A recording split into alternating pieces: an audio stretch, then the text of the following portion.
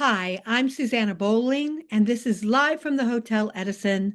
Times Square Chronicles presents Zoom Style. There's a new musical coming to the York Theater, and one of the people in the show I have seen for years. He was on Broadway in Jekyll and Hyde, also the Scarlet Pimpernel. Um, he did two more of them that have now gone out of my head. He was on Boardwalk Empire. He was in the movie Newsies, which is probably one of my favorite films. He was also um, in was it All My Children? Or One Oh Life? my God. Years ago as a baby, yes, I was. Yeah. I'm Yeah. talking here with James Judy. James, how are you? I'm well. How are you? Nice to meet you. You too. We met years ago. We could have. I have been, working the streets of New York since 1980. Yes, I remember you doing you did a lot of Broadway shows. You did four, right? Right, right. Well, my Broadway debut was in the original Into the Woods. Joined the original Oh, company of Into the Woods in the second year as an understudy, and and who did you understudy? One of the princes? all of them. Prince Oh, Charming and the wow. Prince Charming and the Wolf, narrator, mysterious man, uh, the steward, the baker, the I can't the and Cinderella's father. But the most of them that I did, I was on 57 times over that year, Wow. and so you make double money when you go on as an understudy. You make your salary, and then you make the other money that the other actor would have. So You were like, it was yay! it was a very exciting years. But mostly I went on for Tom Aldridge as the narrator, mysterious man, and Robert Westenberg. But it was very exciting. So I Did was you get lucky to that work that. with Sondheim? Oh yeah, I got to hug Sondheim on the stage of doing a benefit at Avery Fisher Hall, and worked. We got to work with Sondheim a lot that whole second year. He loved that show, and I got to go to his apartment, Oh, wow. and he needed to sign all of these show posters that we had all signed, but all they needed was his last signature. And the two of us, me and another actress, went over to his apartment on the east side and stood in that amazing space and watched him sign all the posters. It was really cool. Oh, wow. Um, Boardwalk Empire, that was pretty big. Yeah, it was a good experience. I haven't done a lot of film or television, and it's No, but the always ones you've done are really great. I know, but it's always a completely different experiences because all the stage you do, you're so used to how things are going to be, and everything is so different when you're there on a set. But I was thrilled to be part of that project because I'd watched that show, and so I knew all those actors, and so there I am doing the scene with the begruntled brother, and I know all of his past on the show, so it was a lot of fun. Oh, and that must have made it easier to perform since you knew the background of it. Oh, yeah, easier and then more pressure too, because you want to do well because it was such a good show. Now, you did the original Disney movie Newsies, right? Well, they filmed the actual musical. So Right? no, I was not in that original film that was with Christian Oh, Bale yeah, that's before Harvey Firestein was able to fix the book and right. bring it to Broadway. But then they filmed us on stage at the Pantages in Los Angeles, Oh, and wow. over a week, and everybody came back, Jeremy Jordan and all of the cast. So the cast almost doubled for that week of filming, Wow. and it was an exciting experience. And it's really neat that that's captured now. That original Chris Catelli choreography and all of the musical of Newsies, because it was just so smart. What a thrill to be part of that show. Of all the shows and the roles that you've done, which one are you the most proud of? Well, it's interesting. You know Big River? Yes, of Do course. you remember Big River when it came back and when it was Deaf West's Big River? Yes, yes, I We were do. doing, they were signing. So Yes. there we were signing and singing at the same time. And that show was so beautiful. When you left the stage, if you decided to stop and just look back and watch the action for a while, you were instantly mesmerized. And so I am especially proud of that show, and but I just had a great experience. What? For years, I did the Alan Menken Christmas Carol at Madison Square Oh, Garden. yeah, yeah, yeah, with Emily Right. Skinner. Oh yeah, with Emily Skinner, and I did 7 of those 10 years. You know, it would come back every Wow. year, and different stars would come in and play Scrooge. Well, I just got a chance this last Christmas season to do that musical and play Scrooge myself. Oh, wow. And it was so rewarding to circle back to that material, and I love it so. And to get to go through that journey that Scrooge went, it was very fulfilling as an actor. Yeah. Was Susan Stroman with all of the productions? When we did it at Madison Square Yeah. Garden, yeah, not where I did it last year, but at the Engelman. But oh yes, Susan Stroman. Well, that was a very important show for her and Mike Ockrent, her husband, who died during the course of us putting in the middle of the fifth year of Christmas Carol. He died, and this was his baby. They were married, and this was his idea to have a like the English pantomimes that are always in the holidays in London. He wanted this to be every year at Madison Square Garden, and it's such a beautiful telling of the musical. I'm so proud I got to revisit it. I just interviewed Susan Stroman. Oh, I love her. I was at the BMI ASCAP. Oh, right. Uh-huh.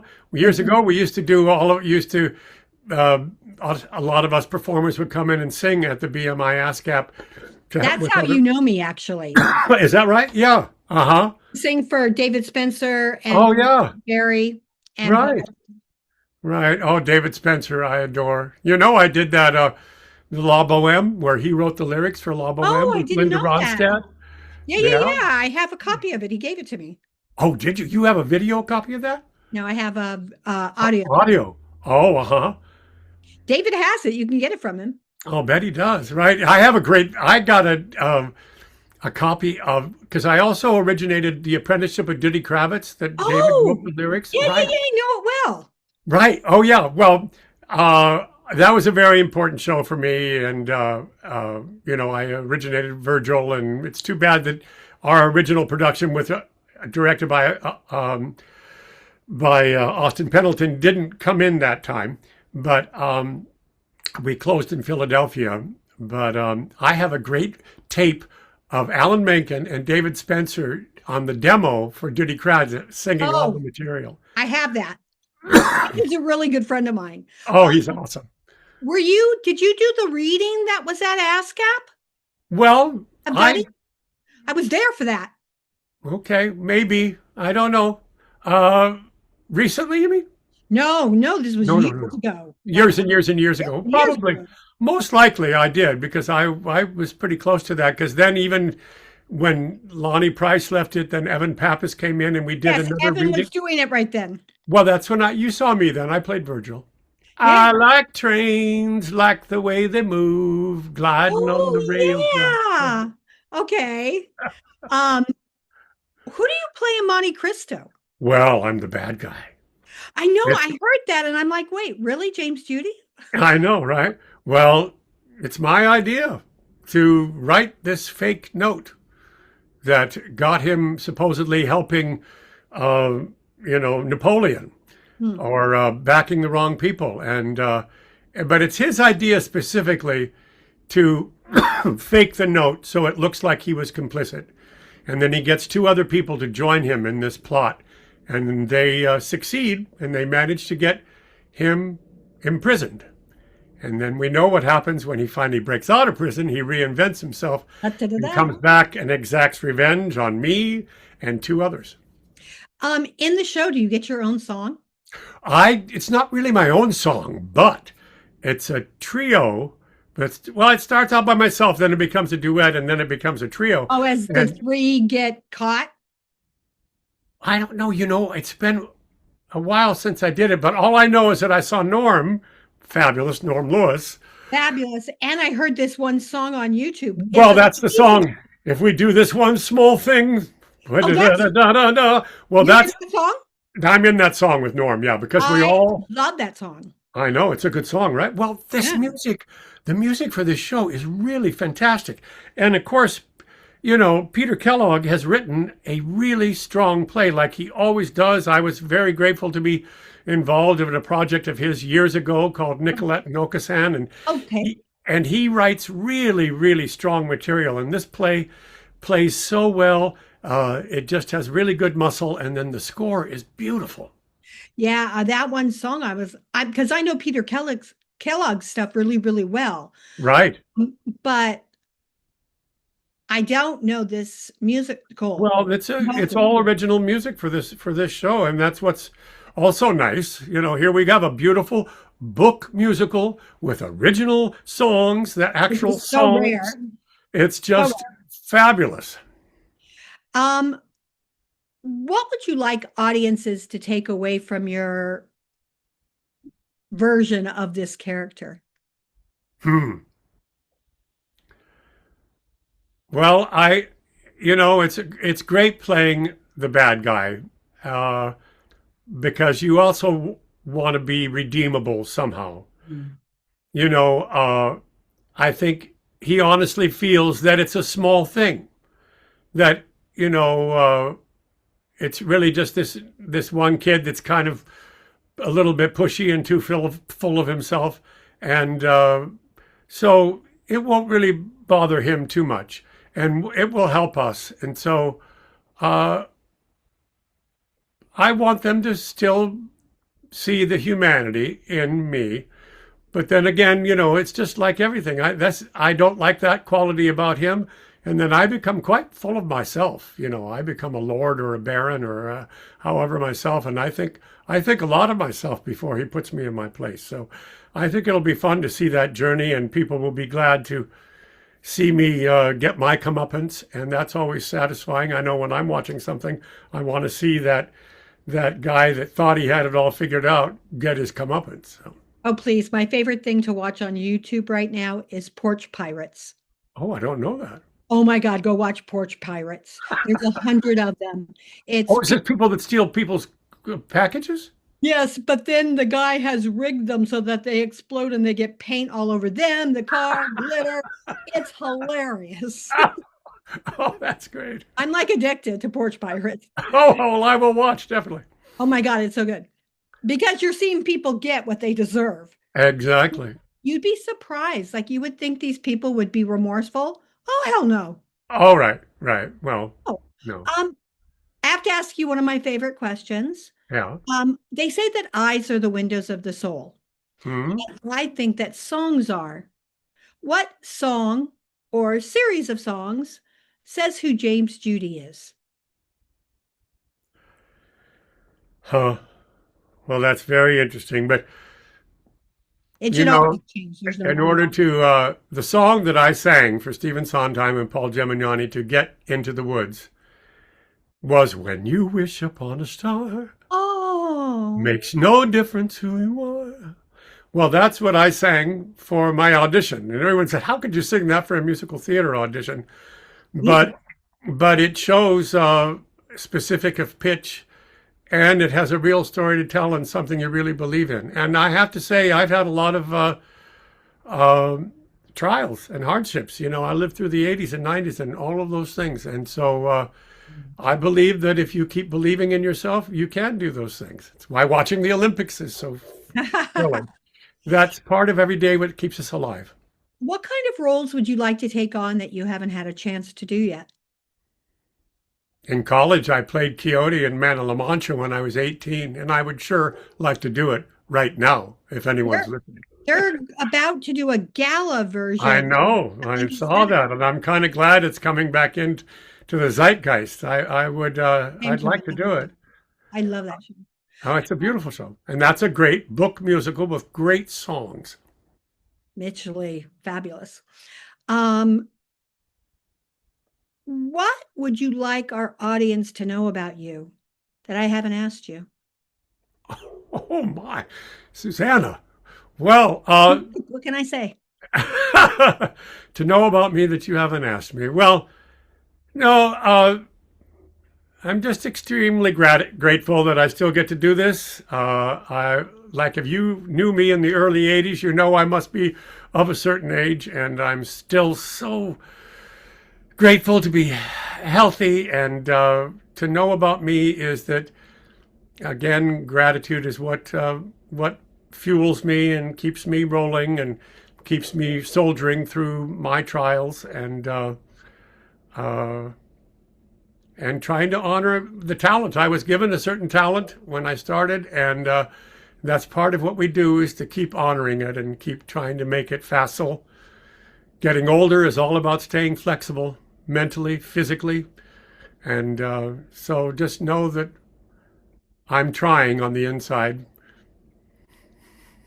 I love that. Is there any composer or director or actor that you would love to work with that you haven't had a chance to? Well, Michael Greif, I've been wanting to work with Michael Greif. I got to know him peripherally because I was lucky enough to work with Jonathan Larson the summer before Rent opened in a show Oh, called Dystopia? JP Morgan Saves the Nation. If you remember that, we did it No, I don't downtown, know that one. I know Dystopia though. a site specific show, and Jonathan wrote the music. And he was, of course, real close with Michael Greif at that time because they were doing the workshops of Right. Rent and going through it. And I've gotten to, meet him up at Williamstown a few times, and different here, but I've never actually gotten to be directed by him. And I feel that we would be a great match, and I'd love to give him. And I love the touch that he brings to everything. And David Cromer, I love the touch that he brings to Love everything. David Cromer. I Love love the touch that he brings to everything. And but I'm so glad to see that one of my favorites, Stafford Arima, is coming back into town with Beaches. Oh yeah. And I got to work with Stafford quite a few times, and I'd love to work with him again. And I'm glad to see he's stepping back into New York City because he's up in Calgary, Canada. Right. Uh, I know that Monte Cristo has been working on itself for a while. How Hmm. long have you been involved with the production? I just did one of the was, I guess, what those stage readings, the Mufti things at Right. York just last year, that we still had our book. And then I know that they did some work on it this season still, with Danny Ritigliano was back in there, and they were doing some other work on it, or maybe they were raising money or whatever else like that. So I was just thrilled to be asked to come back in and do it because I just really believe in this show. I've worked up at Goodspeed a lot, and I thought, oh, this would be an awfully good show for Goodspeed to mount too. So I don't we'll, know, but this cast, it looks Broadway bound to me. doesn't it look Broadway bound to me? I couldn't believe what just to be called That up to cast is join them amazing. all. I know, with Karen Siemba, Norm Lewis, and then the Sierra Biagas. All the kids that I was working with in this last show were just gaga about Adam Jacobs and Sarah Biagas. I don't know them very well, but I know their voices, so I'm Welcome to excited. Disney. I know, right? Right. Um, Well, I guess I saw him in Aladdin because I saw that in previews, so I guess I saw him play Aladdin. yeah, he was great. Yeah. Um, and he's nice. He's a nice man. Oh, yeah. Oh, great. Um, when does Monte Cristo open? Well, we start rehearsal on Tuesday. Oh, you haven't been in rehearsals yet, even. No, we start rehearsal on Tuesday. And what is our first performance is, I think, March 12th. So it's starting. Well, Magda and I will be at your opening night. I hope so. Magda, do you have any questions to ask? Yeah, You've been in this business for so long right, and you're using your voice. right. How do you keep it in shape? And have you lowered your keys a lot? Well, no, not too much because I'm really just a baritone and little bit of a high baritone. So thankfully, my voice is kind of like it was. There was definitely a period about 10 years ago after Newsies that it got a little overworked, and I had to step away from it for a while and re-encounter it and go back and be with my brothers, be with my family, where your voice originally starts. Your voice, you learn how to phonate from your other siblings. And I went back. My brother's also a musician and got to be around him again and realize where my natural voice started, and then, you know, you just have to take care of it. You have to keep it facile, and just like you do with your body. It's part of what being a performer is. I love this interview. Thank you so much for being with us today. Well, I can't wait to see you guys on opening. Me neither. Okay, and Monte I'm just Crisco. going to close it out. This has been Susanna Bowling, and live from the Hotel Edison, Times Square Chronicles presents Zoom Style with Magda Katz on video.